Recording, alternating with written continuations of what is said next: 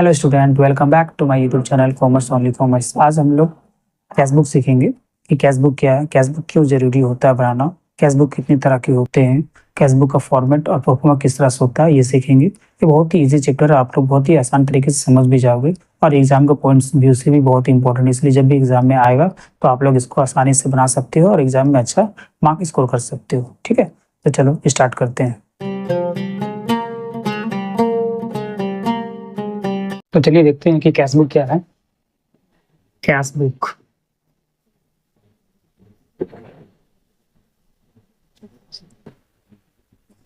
Cash book क्या होता है कि कैश बुक वह बुक है जिसमें जितनी भी ट्रांजेक्शन ऑर्गेनाइजेशन के जो होते हैं, ओनली कैश ट्रांजेक्शन, जितने भी कैश ट्रांजेक्शन ऑर्गेनाइजेशन के जो होते हैं उसका सारा एंट्री हम लोग क्या करते हैं कि कैश बुक में ही लेके चलते हैं। ओनली और ओनली कैश ट्रांजेक्शन को ही लेके हम लोग चलते हैं। क्रेडिट ट्रांजेक्शन यानी क्रेडिट परचेज या क्रेडिट सेल हो, उसका ट्रांजेक्शन हम लोग कैश में नहीं करके चलते। सिर्फ और सिर्फ जितना भी कैश ट्रांजेक्शन होता है उसको हम लोग कैश बुक में एंट्री करके चलते हैं। अब कैश बुक क्यों इंपॉर्टेंट है, कैश बुक क्यों बनाया जाता है? तो कैश बुक से हम लोग को ऑर्गेनाइजेशन का लिक्विडिटी पोजीशंस के बारे में समझ में आता है कि ऑर्गेनाइजेशन का लिक्विडिटी पोजीशंस क्या है। ये लिक्विडिटी पोजीशन क्या होता है? लिक्विडिटी से मान लीजिए कि किसी भी ऑर्गेनाइजेशन का फाइनेंशियल कंडीशन अच्छा है, प्रॉफिट भी अच्छा हुआ है, लेकिन कंपनी के पास कैश नहीं है, एक पेमेंट करने के लिए कंपनी के पास कैश नहीं है। तो जब ऑर्गेनाइजेशन का फाइनेंशियल कंडीशन अच्छा है, अच्छा प्रॉफिट हुआ है, तो फिर उसके पास कैश क्यों नहीं है? जैसे कि एग्जाम्पल के समझने की कोशिश करते हैं। जैसे मान लीजिए कंपनी जो है वो सेल किया है, 10 लाख का सेल किया और एक एक्सपेंस, टोटल उसका एक्सपेंस जो हुआ वो 6 लाख का एक्सपेंस हुआ, तो उसका प्रॉफिट कितना हो गया? उसका प्रॉफिट 4 लाख प्रॉफिट हो गया।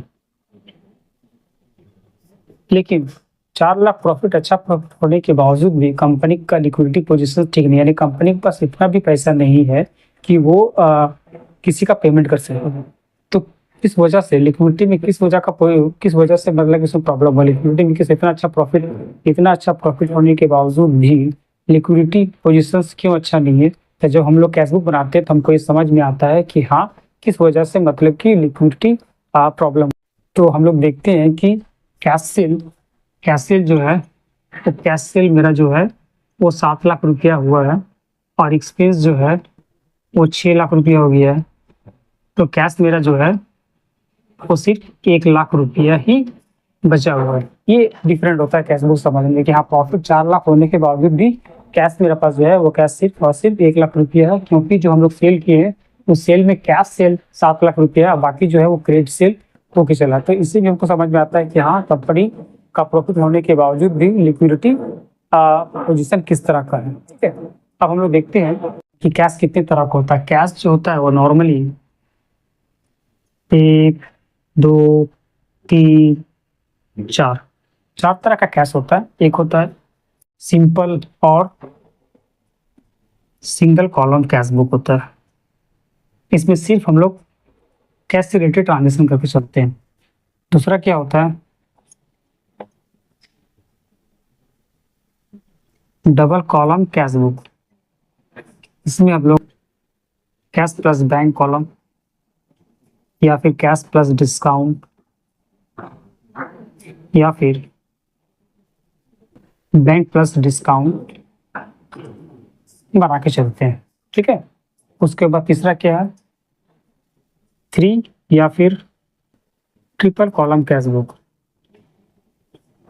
इसमें क्या होता है कैश प्लस बैंक और प्लस डिस्काउंट, ये 3 कॉलम बन के चलता है। और लास्ट क्या है पेटी कैश होता है। ऑर्गेनाइजेशन के जो छोटे मोटे खर्चे जो होते हैं, डेली के जो छोटे मोटे खर्चे होते हैं, वो डेली के छोटे मोटे खर्चे जो होते हैं वो आपका पेटी कैश बुक के थ्रू से खर्चा होकर चलता है। ठीक है, तो पहला क्या है, पहला सिंपल और सिंगल कॉलम कैश बुक, जिसमें हम लोग सिर्फ और सिर्फ कैश का ट्रांजेक्शन लेके चलते हैं, ओनली कैश का। डबल कॉलम में क्या होता है कैश या बैंक कॉलम हो सकता है, कैश प्लस डिस्काउंट हो सकता है, फिर बैंक प्लस डिस्काउंट हो सकता है। ट्रिपल कॉलम कैश बुक में क्या होता है, ट्रिपल कॉलम कैश बुक में cash plus bank plus discount, एक पेटी कैश होता है। ऑर्गेनाइजेशन के छोटे मोटे खर्चों के लिए पेटी कैश हम लोग बना के चलते हैं। ठीक है, अब लोग देखते हैं कि सिंपल या सिंगल कॉलम कैश बुक का फॉर्मेट किस तरह से होता है, वो हम लोग देख के चलते हैं।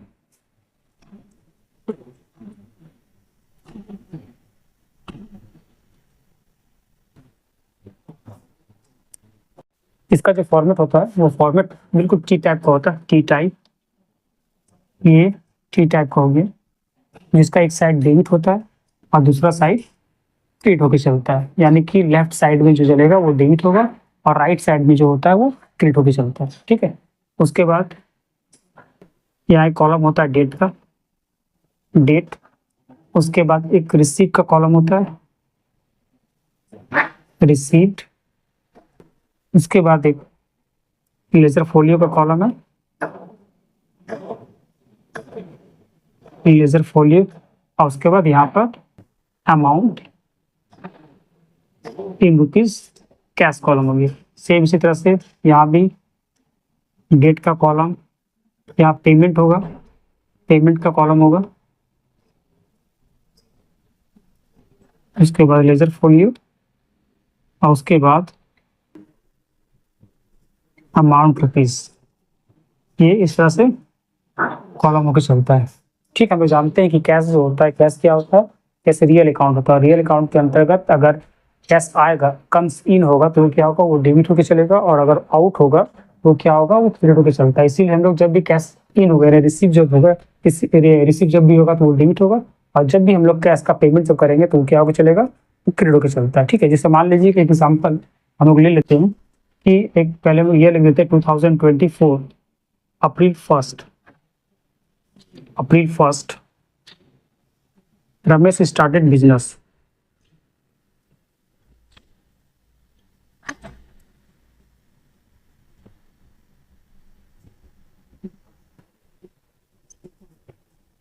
With cash rupees 1 lakh. 1 lakh का रमेश बाबू जो है वो बिजनेस स्टार्ट किया। रमेश बाबू क्या किया, रमेश बाबू जो है वो 1 लाख का बिजनेस स्टार्ट, 1 लाख पूंजी लगा के बिजनेस स्टार्ट किया। तो जब कोई भी बिजनेस स्टार्ट किया जाता है तो बिजनेस जब स्टार्ट किया जाता है तो क्या होता है कि ऑर्गेनाइजेशन में पैसा आता है, यानी कि कैश हम लोग को रिसीव होगा। तो जब कैश रिसीव होगा तो यहाँ पर क्या करें, 1 अप्रैल को डेबिट साइड में जब भी कुछ चीज लिखेंगे तो हम लोग क्या करेंगे, उसको टू करके लेके चलना है, टू करके लेके चलेंगे। और जब क्रेडिट साइड में यानी पेमेंट जब करके चलेंगे तो हम लोग क्या करके चलना है, उसको बाय करके लेके चलना पड़ता है। ठीक है, तो यहाँ पर क्या होगा कि यहाँ पर टू जो पैसा आया वो कैसे आया, टू कैपिटल अकाउंट करके कितना आया, 1 लाख रुपया कैपिटल में आ गया।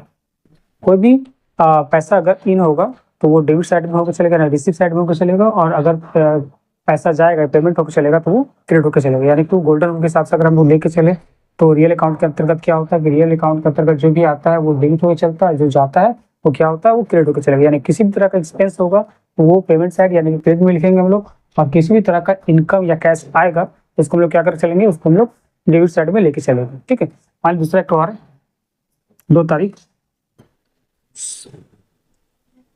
Cash cell ₹50,000। ठीक, कैश सेल हो गया। जब कैश सेल होगा तो क्या होता है कि कैश इन यानी पैसा आ रहा है, तो जब पैसा आएगा तो यहाँ पर हम लोग क्या करेंगे, अप्रैल 2 यहाँ पे लिख देंगे 2 सेल्स अकाउंट कितना हो गया, 50,000 हो गया। फिर उसके बाद मान ली कैश परचेस किए हम लोग, मान ली कैश परचेस 60,000 का कैश परचेस किए हैं। तो जब कैश परचेस करेंगे यहाँ पर कैश परचेस, मान ली कैश परचेस हो गया ₹60,000 का। कोई भी जब मान ली कोई डेट मान लेते हैं कब, अप्रैल 2024 अप्रैल 3, यहाँ क्या लिखेंगे, बाय परचेस करके कितना, 60,000। किसी भी तरह मान लीजिए कि सैलरी पेड किए, एग्जाम कर लेते हैं, एग्जाम्शन कर लेते हैं कि 6 अप्रैल को हम सैलरी पेड किए तो बाय सैलरी 10,000 सैलरी पेड किए तो सैलरी पेड किए। मान लीजिए कि इलेक्ट्रिक बिल दिए या फिर रेंट दिए, कोई भी खर्चा हो रहा, अप्रैल 9 बाय रेंट अकाउंट 5,000। ठीक है, उसके बाद मान लो किसी भी तरह का खर्चा अगर होकर चलता है, किसी भी तरह का खर्चा होगा तो हम लोग क्या कर चलेंगे, उसको पेमेंट साइड में ही हम लोग को लेके चलना पड़ता है। फिर मान लो अप्रैल 10 को बाय स्टेशनरी सामान खरीदे 4,000 सामान खरीदे। कुछ और इनकम हो गया, मान लो डिविडेंड हम लोग रिसीव किए तो 2 डिविडेंड रिसीव या कमीशन रिसीव होता है, तो वो सब जो होता है वो सारा रिसीव साइड में होकर चलेगा। डिविडेंड मान ली 10,000 डिविडेंड रिसीव किए।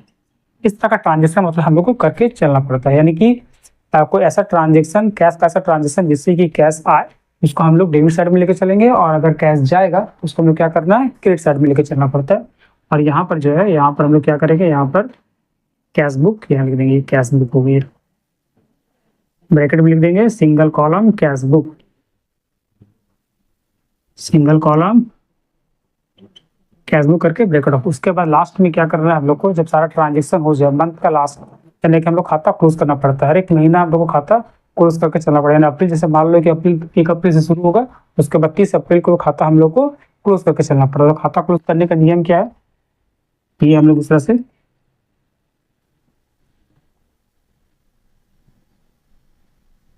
बैलेंसिंग करना पड़ता है। तो हम लोग स्टार्टिंग सबसे पहले क्या करेंगे, हम लोग डेबिट साइड का जितना रहेगा वो डेबिट साइड का हमको लेके चलना है। 1 लाख प्लस 50 टोटल 1,60,000 रुपया, 1,60,000 रुपया, ठीक है। उसके बाद यहाँ बैलेंसिंग फिगर कर देंगे। अप्रैल 30 को यहाँ लिखेंगे हम लोग बाय बैलेंस CD करके, जो मेरा बैलेंसिंग फिगर है वो हम लिख देंगे। बैलेंसिंग फिगर का मतलब जैसे यहाँ पर 1,60,000 में माइनस का 60 प्लस 70, 70 5 75 79, 1,60,000 में 79 चला गया तो 81,000 रुपीज ये मेरा आ जाएगा, ठीक है। और उसके बाद नेक्स्ट मंथ का जब मई है तो मई फर्स्ट में फिर उसी चीज को हम लोग यहाँ लिख देना है, टू बैलेंस BD करके 81,000, ठीक है। क्लियर, ठीक है। मिलते हैं नेक्स्ट क्लास में, तब तक के लिए बाय।